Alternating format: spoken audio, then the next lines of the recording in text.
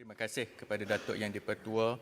Johor Bahru mengambil bahagian dalam perbahasan pembekalan 2021 dengan penuh kesedaran dan keinsafan bahawa kesengsaraan dan kesusahan rakyat di luar sana tidak pernah berlaku dalam sejarah negara. Semua golongan lapisan masyarakat, termasuk anak muda, terkesan dengan penularan COVID-19, terkesan dengan kelembapan ekonomi, terkesan dengan ketidakstabilan politik, terkesan dengan ketidakcekapan kerajaan pada hari ini. Berlatar belakangkan permasalahan tersebut, apa yang kita perlukan sekarang adalah kepimpinan yang ada integriti, hala tuju, faham masalah rakyat, meletakkan kepentingan politik dan peribadi ke tepi dalam keadaan kita nak melangkah ke hadapan dengan izin Forward Malaysia. Malangnya, belanjawan 2021 ini bila dibentangkan tidak seperti yang diharapkan. Ternyata ada muslihatnya, tidak munasabah dan tidak meyakinkan.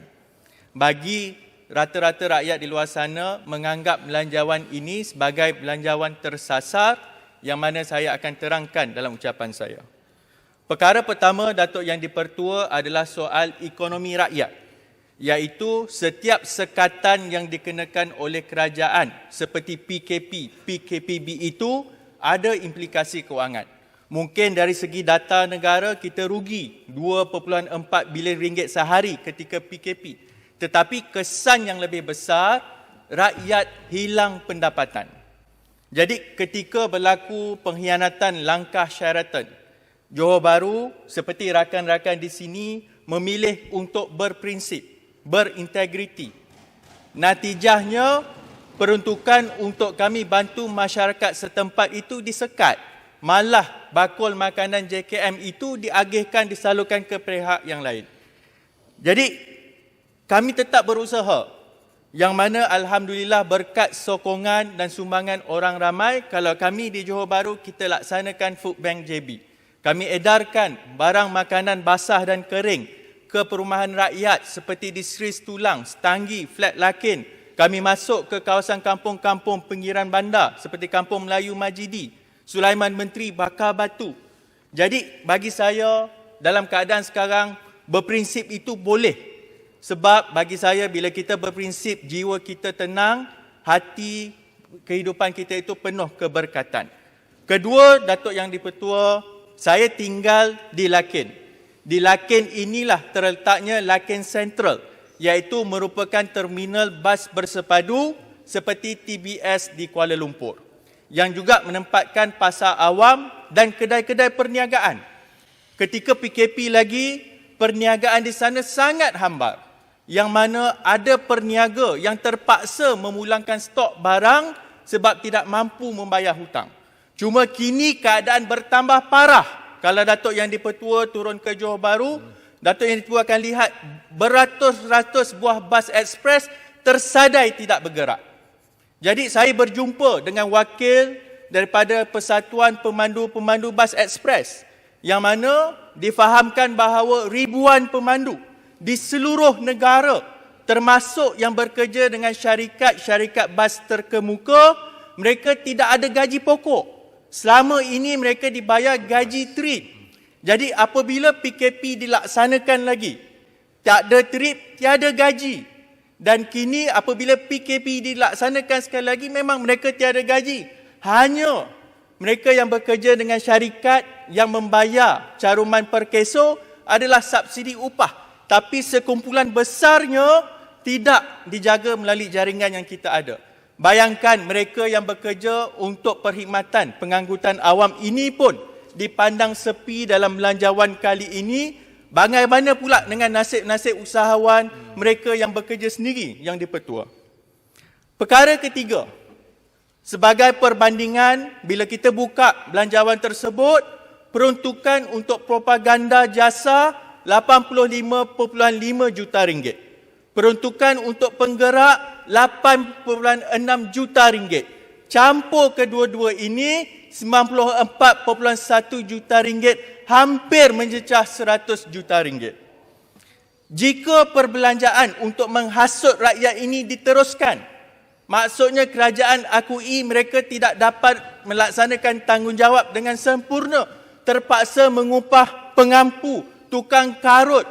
Yang mana dalam keadaan sekarang ini, kita seolah-olah kerajaan mengedepikan dan menzalimi mereka yang lebih memerlukan.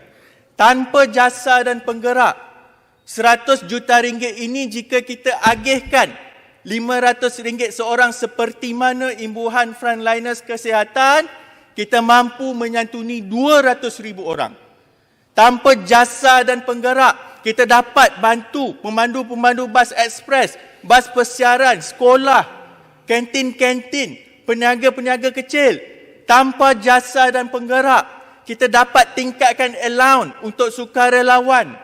Mereka yang membantu badan kerajaan seperti sukarelawan Polis Diraja Malaysia, PVR, yang kini masih dibayar allowance RM6 sebulan, naiklah RM2, jadilah RM8 sebulan, sejam. Tanpa jasa dan penggerak, saya pasti kita juga boleh memilih untuk membantu mahasiswa dengan mengurangkan yuran pengajian mereka. Kita boleh bagi data percuma untuk mereka ikuti pengajian atas talian dan pastikan PTPTN untuk tempoh 2 tahun ini janganlah kenakan faedah ataupun bunga kepada mereka. Perkara keempat, Datuk Yang di-Pertua, dalam keadaan sekarang ini pengangguran yang dilaporkan secara rasmi mencecah 4.7% ataupun 750,000 orang yang menganggur. Berbalik kepada contoh di Johor Bahru, keadaan ekonomi bertambah parah apabila ratusan ribu rakyat Malaysia yang tinggal di Johor Bahru sebelum ini berulang-alik setiap hari masuk ke Singapura untuk bekerja. Dan sekarang ini yang saya difahamkan kebanyakan daripada mereka sama ada telah dibuang kerja ataupun diberikan cuti tanpa gaji sejak 7-8 bulan yang lalu. Dan mereka kini pun tidak tahu bila nasib mereka akan berakhir. Bukan sahaja kesan itu kepada mereka, kepada keluarga mereka, bukan kepada anak-anak mereka sahaja. Tetapi apabila tanpa pendapatan ini, mereka juga tidak ada kuasa membeli yang memberi kesan kepada peniaga-peniaga di sekitar Bandaraya Johor Bahru.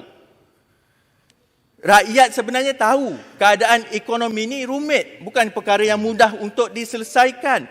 Dan saya pasti ramai rakyat di luar sana pun bersedia untuk ikat perut untuk kita tahu menghadapi suasana yang mencabar ini. Tetapi rakyat juga kecewa apabila orang politik terus dilihat mendapat laba keuntungan yang di-Pertua. Anak muda terpaksa mencari jalan alternatif. Bekerjalah dalam gig ekonomi. Ada yang terpaksa buka gerai burger. Tapi persoalan yang saya sering ditanya sebagai anak muda, iaitu nak tanya dalam dewan, benarkah dah umum pun di Kelantan bahawa Adun dan Exco di sana dinaikkan gaji sebanyak RM5,000 sebulan. Tetapi yang lebih menjadi tak tenteram ataupun marah rakyat di luar sana, benarkah kenaikan itu akan di-backdated dengan izin dari bulan Januari? Jadi maksudnya orang-orang politik di Kelantan akan mendapat durian runtuh RM50,000 seorang. Dalam keadaan rakyat dipaksa ikat perut yang di-Pertua. Jadi sebagai penutup, saya hormat waktu yang diberikan. Akhirnya, selepas mengikuti perbahasan daripada kedua-dua belah pihak, saya boleh simpulkan bahawa majoriti bersetuju dalam soal moratorium itu perlu ditambah baik. Dan saya berdasarkan hujah tersebut, ternyata belanjawan 2021 ini tidak akan diluluskan tanpa pindaan. Jadi kepada sahabat-sahabat di blok kerajaan yang telah berhujah soal moratorium dan sebagainya, janganlah goyang, janganlah jadi lalang, janganlah bila ditawarkan jawatan ketua pengarah jasa, kamu lupa soal rakyat. Jadi kepada Perdana Menteri Yang Amat Berhormat, sekiranya belanjawan ini gagal diluluskan, Janganlah terus mencetus ketidaktentuan, mengugut rakyat, nak memanggil darurat dan lebih teruk lagi nak heret kita semua masuk ke dalam pilihan raya. Jadi kalau ditanya soal pendirian Angkatan Muda Keadilan mengenai belanjawan ini, kita akan terus mempertahankan rakyat dan memperjuangkan nasib anak muda. Sekian, terima kasih. Terima kasih. Terima kasih Yang Berhormat Johor Bahru.